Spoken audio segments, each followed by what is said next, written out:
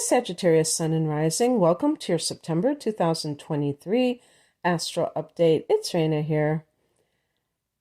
I don't know about anybody else, but when September rolls around, I always get a certain feeling, a certain vibe that overtakes me where I feel like everything is down to brass tacks. It makes sense being a kid growing up when school began in September after Labor Day, which is the first Monday in September.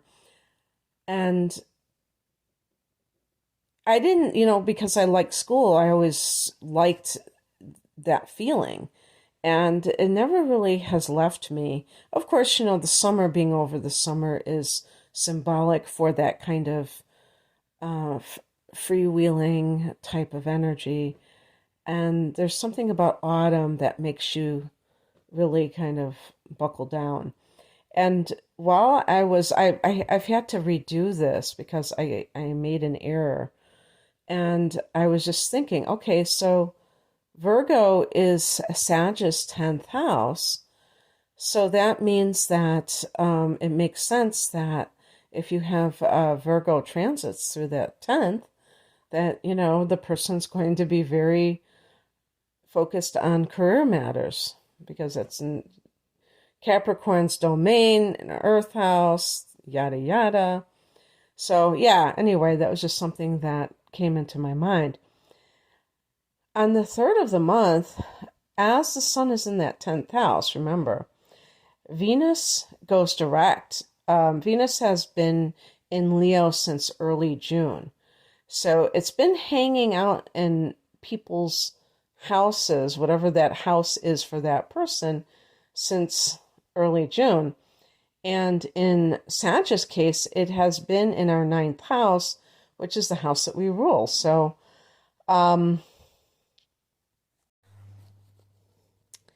this is, Venus, when it has been retrograding, could be something to do with your values and really kind of going over it. But the 9th house is very philosophical itself. So that enhances all of that. I would say, even things related to profiting from religious or spiritual types of work. That has always been a big thing with me because when I first started, that was one of the concerns I had. Because I really honestly believe that when you are working as a pastor, like a preacher or a yoga teacher, whatever it is that you're doing, I would say that you have added responsibility in this way about how you present yourself. And I mean, everybody should be ethical, but I think that those of us who are in this line of work have to take it to the next level. And I've tried to say that to people that are aspiring to be in the healing arts or the spiritual, whatever you want to call it. And some people don't really see eye to eye with me and others about this. They think that, money is just an energy and blah, blah, blah. But, the tactics that are used and things that happen. So some of you may have had that theme arise in your life for one reason or the other and kind of have gone over this, because Venus in a particular house can mean benefiting financially in that area. So, like for instance, I'm not saying that this is a thing that anybody is doing, that anybody is concerned about, but a lot of the types of like yoga retreats and training, there's so many that seem to be based overseas.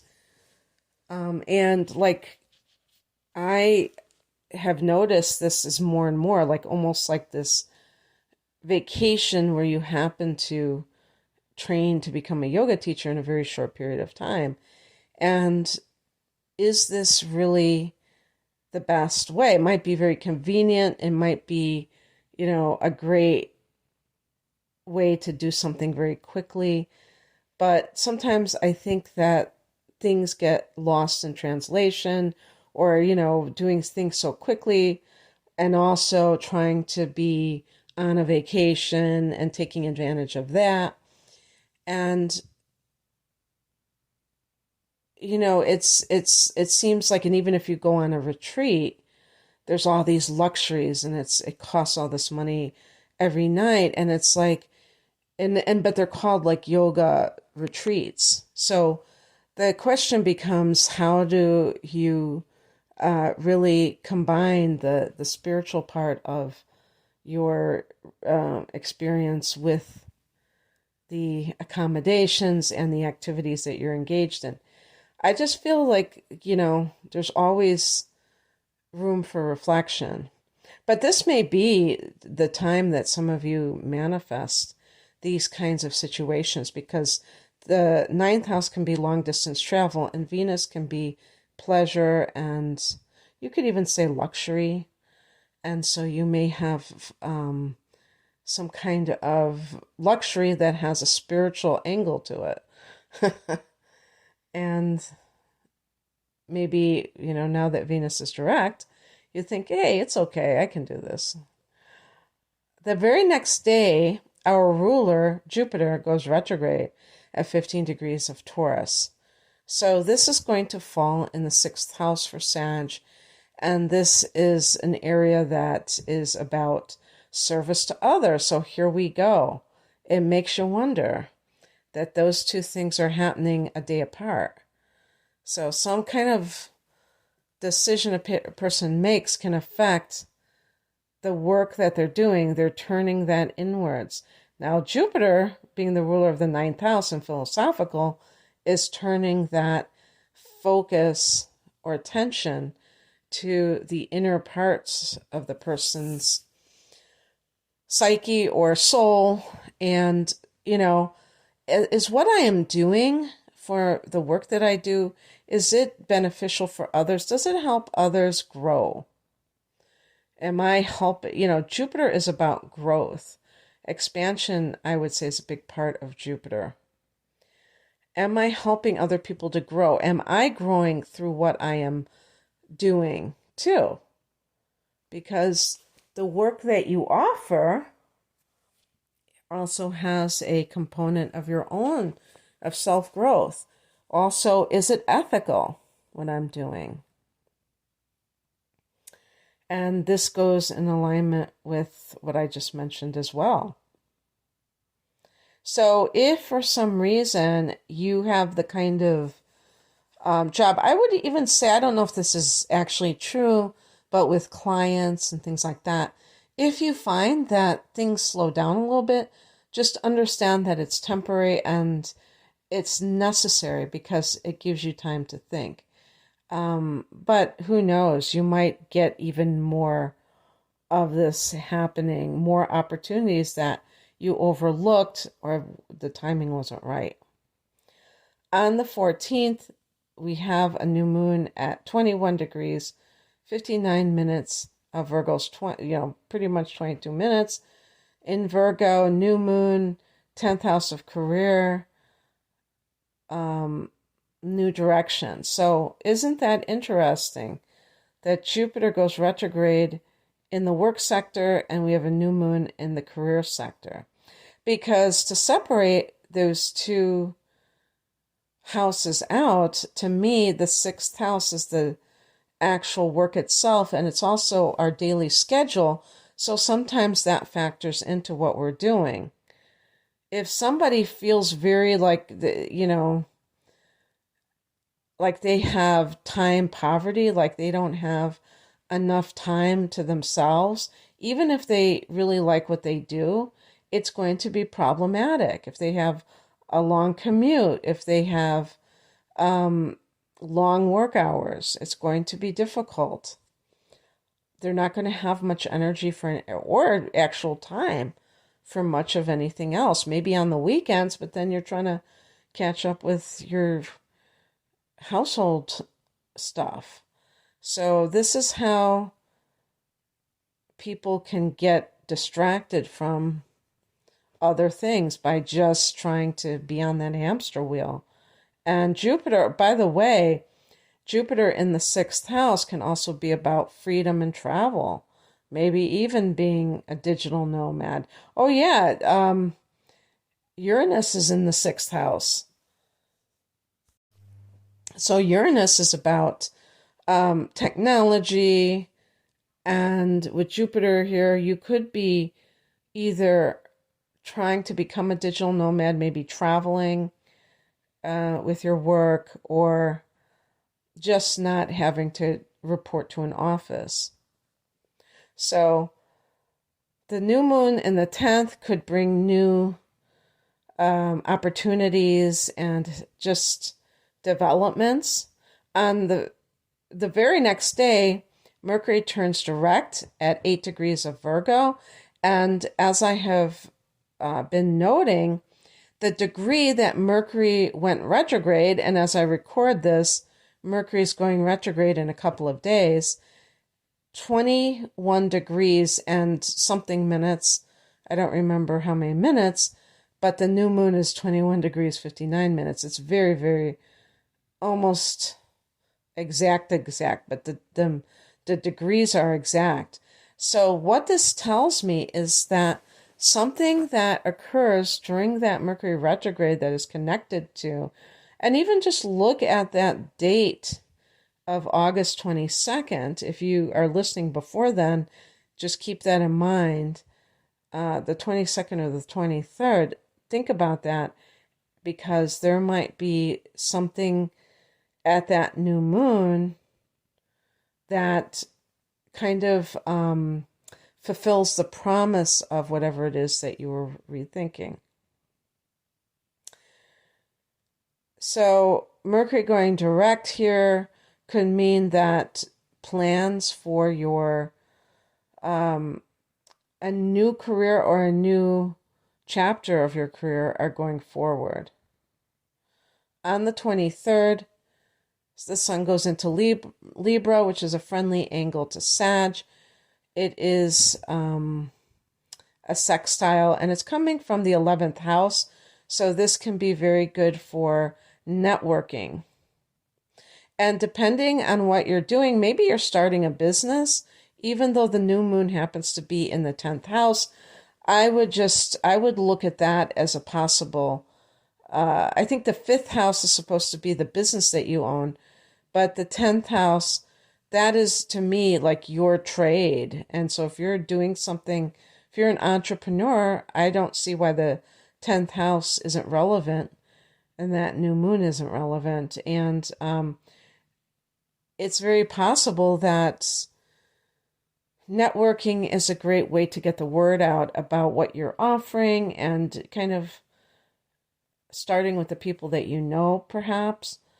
Also, this is just for social interactions, or maybe there's a group that you want to participate in.